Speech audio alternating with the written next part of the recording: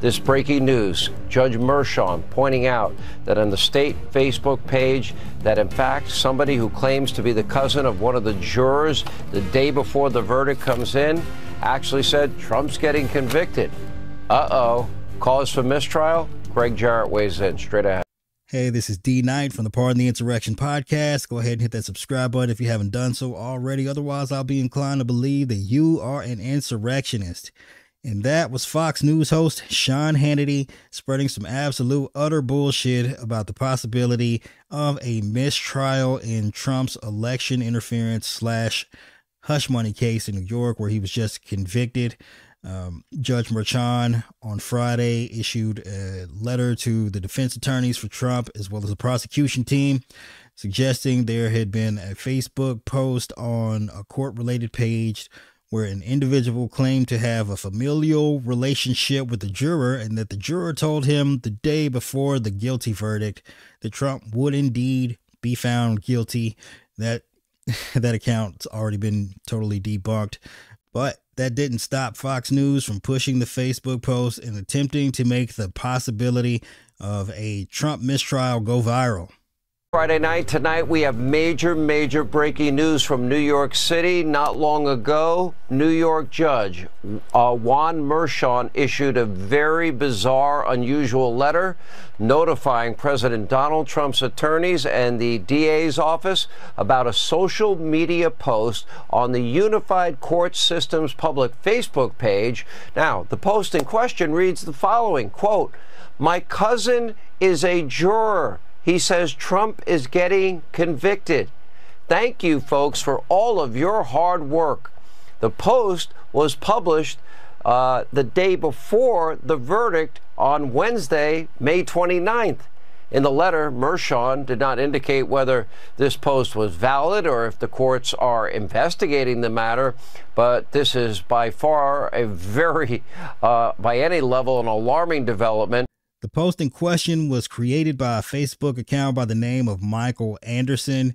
But in the introduction to that account, it even says transabled and professional shit poster. It posts content like that of a punk rock singer, captioned by a kissing emoji and feeling in love, if you were wondering about the veracity of the account's claims. It was also debunked even further when the account itself posted, quote, "Take it easy. I'm a professional shit poster." Laugh cry emoji. Definition: in internet culture, shit posting or trash posting is the act of using an online forum or social media page to post content that is of aggressively, ironically, and trollishly poor quality. Shit posts are generally intentionally designed to derail discussion or cause the biggest reaction with the least effort. It may even sometimes be orchestrated as part of a coordinated flame war to render a website unusable by its regular visitors. Mission accomplished, sir. This absolute total nonsense was quickly gobbled up by Fox News and put out there as a form of propaganda in order to influence the audience to believe that somehow the Trump trial, where he was found guilty, was rigged in advance. Again, a plot line constantly pushed by Trump and his Republican cronies in Congress. Nonetheless, Fox News ran with it anyway, and they weren't the only ones, as Newsmax attempted to try their hand at disseminating the propaganda. Hi, it's Friday night, and we just got a letter from Judge Mershon, who presided over that fake trial against Trump. And this letter indicates that there may have been jury misconduct. And if this is the case, we may have a mistrial very soon. It may or may not work out that way, but this letter is a big deal that the judge put it out. And the fake news is not talking about a word of it. They covered every little stupid development in this dumb case. And this potential game changer that could kill the case, it's like the Soviet Union. It's like Russia. It really is crazy. I'll see you in a couple of minutes. I can't imagine why major news outlets weren't covering something that was totally false, but having those claims debunked in real time wasn't enough for Sean Hannity, as he continued to lean into this idea that there was some sort of jury malfeasance based on a shit post. And earlier tonight, this is huge, Judge Mershon from the Trump trial sent a letter to lawyers on both sides in that case, letting them know that before the verdict was announced, a Facebook user, I believe the day before the verdict, left a comment on one of the state court system's posts, writing, quote, "My cousin is a juror and says Trump is getting convicted."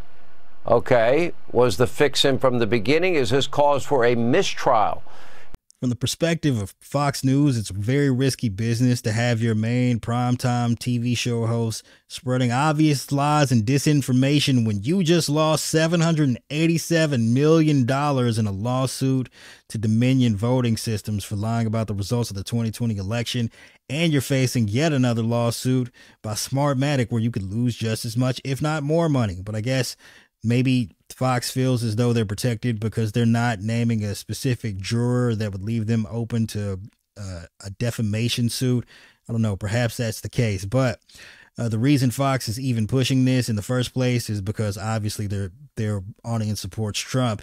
And this guilty verdict has been extraordinarily damaging to Trump's polls and his likelihood of even being competitive in the November election, and trying to push information that instills in their audience some sort of doubt about the legitimacy of the trial gives them plausible deniability, or at least some sort of permission structure to vote for Trump in November regardless. I just at this point, Fox News is basically a propaganda outlet, and the fact that they were actively pushing this information knowing that it was false, it's just utterly despicable. But I hate to break it to you guys, if you're rooting for Trump in that regard, it's not going to be a mistrial, at least not based on this information.